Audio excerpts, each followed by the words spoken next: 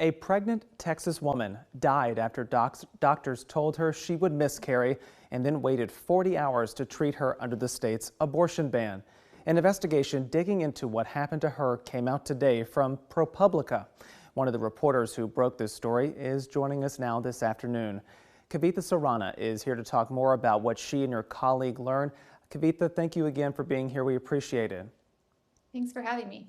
Your story generated so many conversations today based on the heartbreaking details about what happened to this 28-year-old woman living in Houston, pregnant with her second child. Pick us up from there, though. What happened to her next?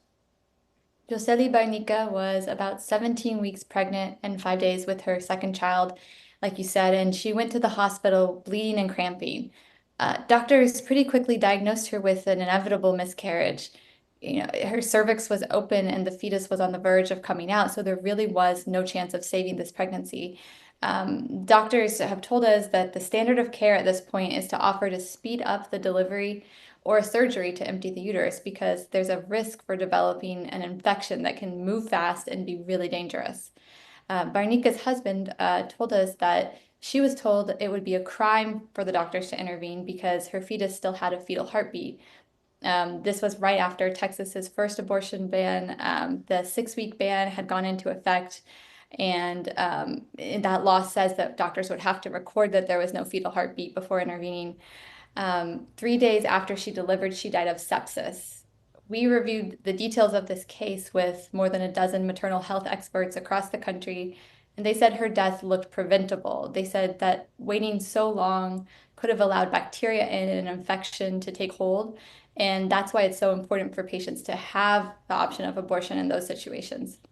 And Kavitha, would you mind just explaining how you came about her case? How did you find out about what happened to her and what she experienced?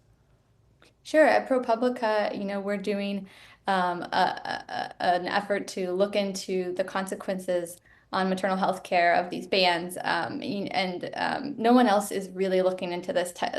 Texas has a maternal mortality review committee, and they examine the deaths of pregnant women, but their reports are never public, and they haven't even caught up to the end of 2021. So we've been doing this through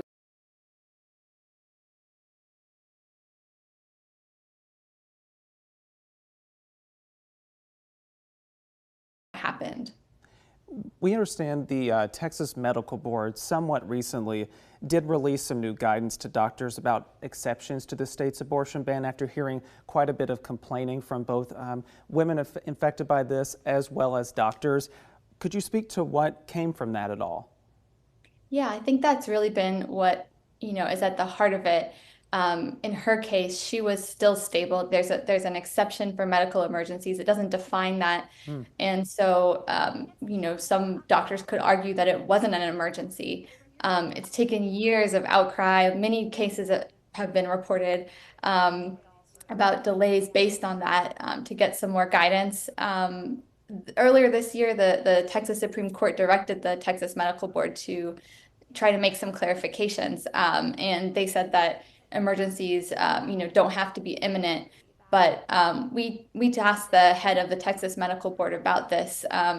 And what should patients in a situation like Barnica's expect to hear from their doctors, and what should they do in a similar situation? And he put it on the patients and said, if they feel their doctors may be hesitant, but they feel that their life is in danger, they should vote with their feet and go to another doctor. But I think this case shows how unworkable that can be in a high-risk situation. And how does this latest story that you all reported today fit into some of those others that have been reported by Propublica recently about other women's deaths?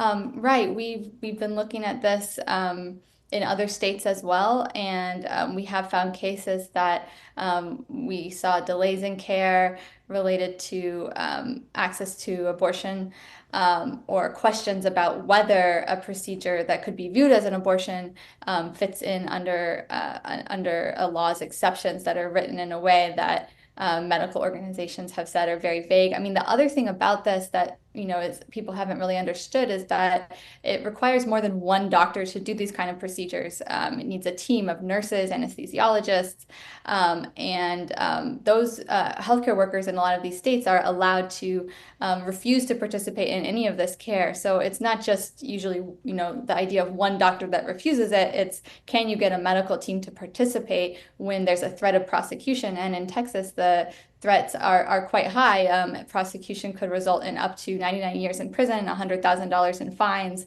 So what we're hearing from doctors that people just don't want to participate in it. Well, Kavitha, I wish we could speak a little bit longer, but we'll end our conversation there. Thank you so much for this reporting today and for joining us this afternoon. We appreciate it.